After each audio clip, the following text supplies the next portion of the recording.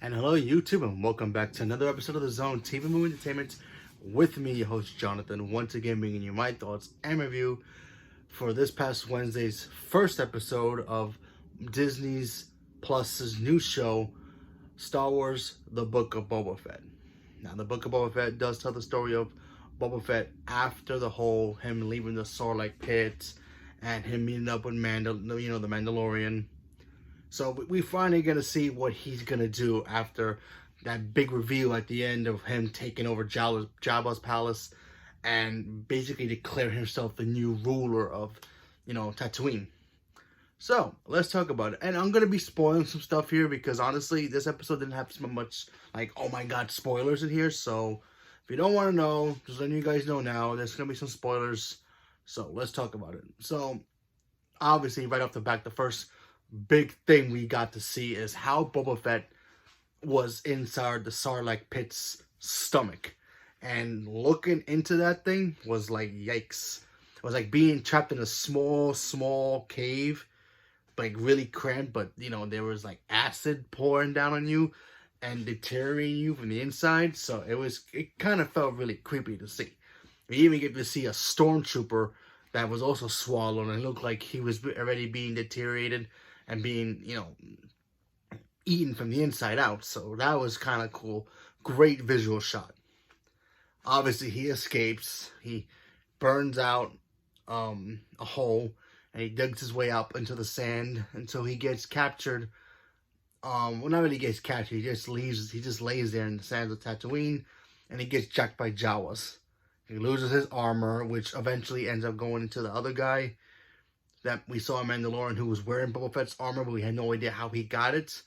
Now we know. He got it from the Jawas. And it was pretty interesting seeing Boba just be, in a vulnerable spot. Because normally Boba would just be like, yeah, I'm not going to fall for that. But what happened with him kind of getting beaten up by, Han Solo. Even though it was a fluke way he beat him. But it wasn't really much of a huge, oh my God, they're going to fight. Han Solo is better than him kind of a fight. But, seeing him in that vulnerable spot was kind of interesting. I do wish we never got to see him actually leave the Sarlacc pit.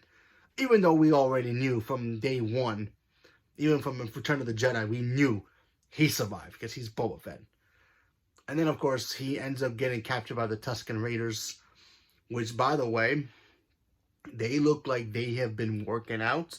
Not jacked wise, but I'm talking about like being more combat ready, being more, equipped with weaponry due to the fact that their ancestors were killed by Anakin Skywalker in episode 2.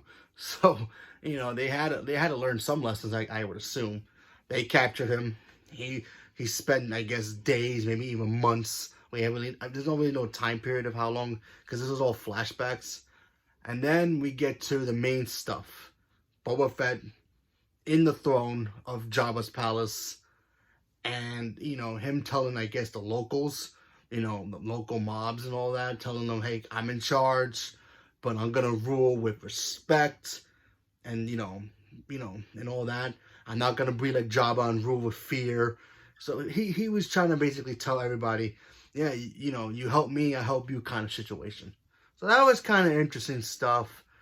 But, we get one cool little fight scene, I guess. And, I guess a bunch of, mercenaries start going after him. He tries to fight back. Him and, the actress who plays, Mulan. I forgot her name. Ming Wu. I probably butchered that. She's Mulan. We all know that. She's also from Agents of S.H.I.E.L.D. Melinda May. She's awesome. She was in here too. And she ends up going chasing one of them down inside on the roof of one of the, the local cities. And they capture one. Boba gets all beat up badly. He's older, but he doesn't feel like he's, his old self. But, yeah, you know what? This first episode was okay. I'm not going to complain about the show, not want to watch it more or whatever, due to the fact that it was only the first episode. I really do wish they would have given us more, like maybe the first 2 episodes or even the first 3, to really give us, like, exactly what the show is going to be about. because I hope, honestly, my main problem with this first episode was the fact that, yeah, the choreography was okay. I seen better in other shows, but still, I kind of wish, they could have make it look cooler. But I mean, they spend so much money on the costumes and the set pieces, so who knows? Who knows what the real budget of the show was? But for a first episode, it was okay. Normally, like I always say, when you want to have your first debut show, you gotta hit it out of the park. Because honestly, if you don't hit it out of the park, it might throw some people off. So it got a decent base hit, sports terminology, but it's not exactly like the guy couldn't just throw him out the second and got him out. So he couldn't run the second. That's how I felt with this first episode. He hit the ball enough to go to second, but he had to run back because he would have been out. So, but I'm gonna still watch it. I will be doing my weekly, review of all the episodes. I'm not gonna completely judge it until it's officially over. It's 7 episodes, so it's only the first episode. So we'll see what happens moving forward. So leave me a comment below. Let me know what you guys thought about the first episode of Boba Fett. Are you guys excited for this? Not excited? Do you guys even care? Do you guys wish, we never saw him take off his helmet?